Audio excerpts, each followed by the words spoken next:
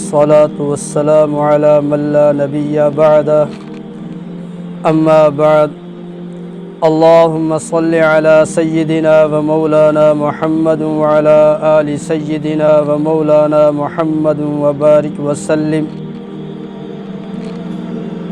ان بچوں کا ذکر ہو رہا تھا جن بچوں نے بچپن میں دودھ پینے کے زمانے میں کلام کیا ہے۔ کل ایک بچے کا ذکر کیا تھا، آج دوسرے کا ذکر کرتے ہیں۔ حضرت نوح علیہ السلام کے بارے میں آتا ہے، ایک روایت میں ہے جب حضرت نوح علیہ السلام پیدا ہوئے تو ان کی ماں خوف کی وجہ سے کہ کوئی میرے بچے کو قتل نہ کر ڈالے، ایک غار میں جا کے رکھ دیا، چھپا لیا۔ اب ماں غمگین بیٹھی ہیں، ماں ہوتی ہے، ماں اپنے اولاد کا دکھ برداشت نہیں کر سکتی۔ اب جب بچے نے حضرت نوح علیہ السلام نے اپنی ماں کو دیکھا کہ غمگین بیٹھی ہیں تو انہوں نے اپنی ماں کو تسلی دی۔ چھوٹے بچے ہیں، دودھ پینے کا زمانہ ہے، اور اپنی ماں سے کہہ رہے ہیں یا امی لا تخافی علی ولا تحزنی، اے میری ماں مجھ پر آپ خوف نہ کرو، غم نہ کرو، میرے بارے میں آپ خوف بھی نہ کریں، غم بھی نہ کریں۔ ان اللہ خلقنی وہو یحفظنی، مجھے میرے اللہ نے، رب نے پیدا کیا ہے اور وہی میری حفاظت کرے گا۔ یہ حضرت نوح علیہ السلام کا بچپن میں یہ کلام ہے۔ تو دودھ پینے کے زمانے میں جو دوسرا بچہ ہے جس نے کلام کیا وہ حضرت نوح علیہ السلام ہے۔ اور یہ اللہ کے نبی حضرت نوح علیہ السلام وہ ہیں جنہوں نے 950 سال تک پتھر کھائے، لوگوں کو اللہ کی طرف بلایا اور لوگ ان کی بات ماننے کے باوجود ان کو پتھر مارتے تھے، اذیتیں پہنچاتے تھے، اور لوگ پہلے سے معلوم کر لیتے تھے کہ اللہ کے نبی حضرت نوح علیہ السلام آج کہاں کھڑے ہو کر اللہ کے دین کی تبلیغ کریں گے، وہاں پہلے جا کر پتھر جمع کر لیتے تھے۔ اور جب حضرت نوح علیہ السلام لوگوں کو اللہ کی طرف بلانا شروع کرتے، لوگ پتھر مارنا شروع کرتے تھے، اتنے پتھر مارتے کہ اللہ کے نبی حضرت نوح علیہ السلام خون سے لبریز ہو جاتے، ہڈیاں مبارک ٹوٹ جاتی، جسم زخمی ہو جاتا، لیکن جس مقصد کے لیے اللہ نے بھیجا اس مقصد کو نہیں چھوڑا۔ اب یہاں سمجھیں کہ انہوں نے اللہ کی طرف لوگوں کو بلانے کے لیے زخم تو برداشت کیے، پتھر تو برداشت کیے، ہڈیاں توڑوا دیں، لیکن مشن کو نہیں چھوڑا۔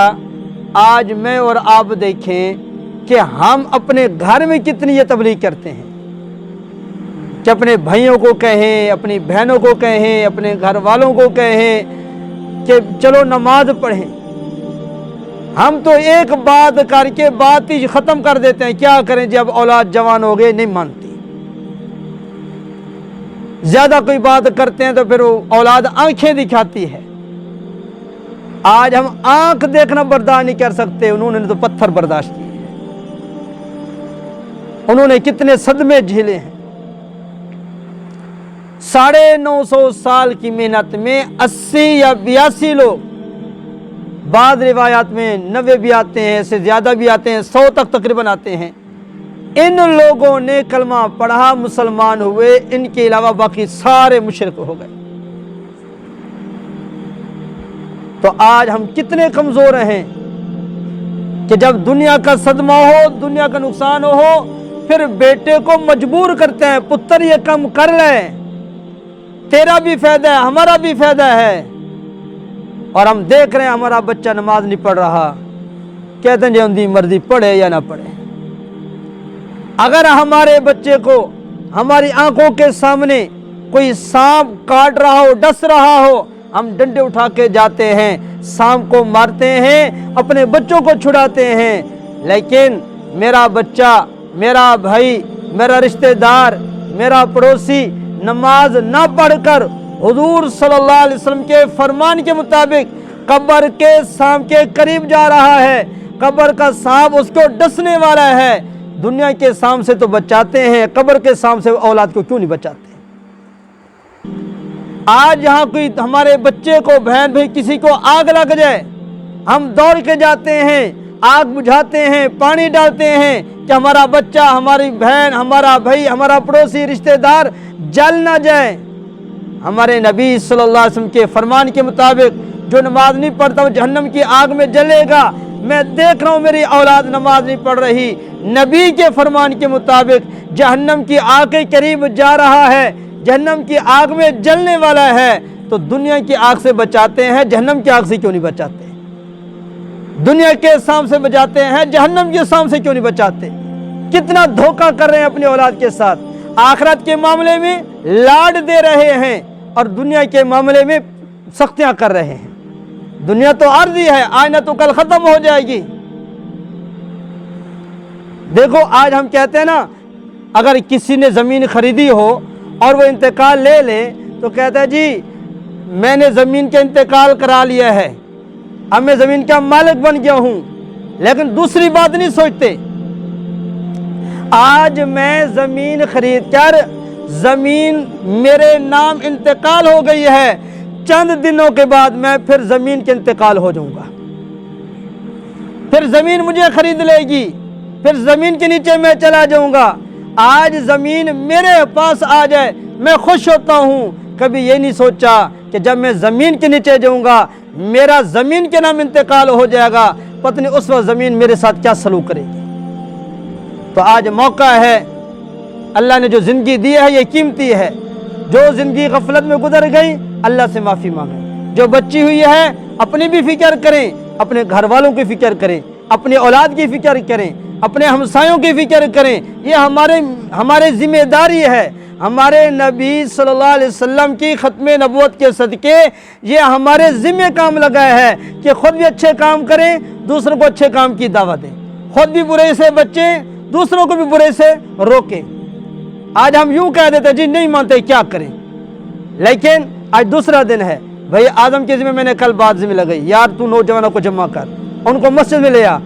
کل کچھ نوجوان تھے، آج اس سے بھی زیادہ آئے ہوئے ہیں، یہ ان کی محنت ہے۔ دیکھو اگر محنت کریں گے تو ایسے نوجوان سامنے نظر آئیں گے، محنت نہیں کریں گے تو پھر خود بھی بے نمازی بن جائیں گے، اپنی زندگی سے بھی دین نکل جائے گا۔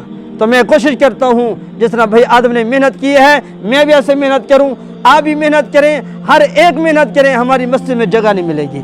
اللہ تعالیٰ سے دعا ہے جو کہا سنا گیا اللہ تعالیٰ ہم سب کو اخلاص کے ساتھ عمل کرنے کی توفیق عطا فرمائے۔ تو ان بچوں کا ذکر ہو رہا تھا جنہوں نے بچپن میں کلام کیا ہے، تو آج جو دوسرے بچے کا ذکر کیا ہے جنہوں نے بچپن میں کلام کیا وہ ہے اللہ کے نبی حضرت نوح علیہ السلام، اور تیسرے کا ذکر زندگی باقی تو کل عرض کریں گے۔ اللہ تعالیٰ سے دعا ہے جو کہا سنا گیا اللہ تعالیٰ ہم سب کو اخلاص کے ساتھ عمل کرنے کی توفیق عطا فرمائے۔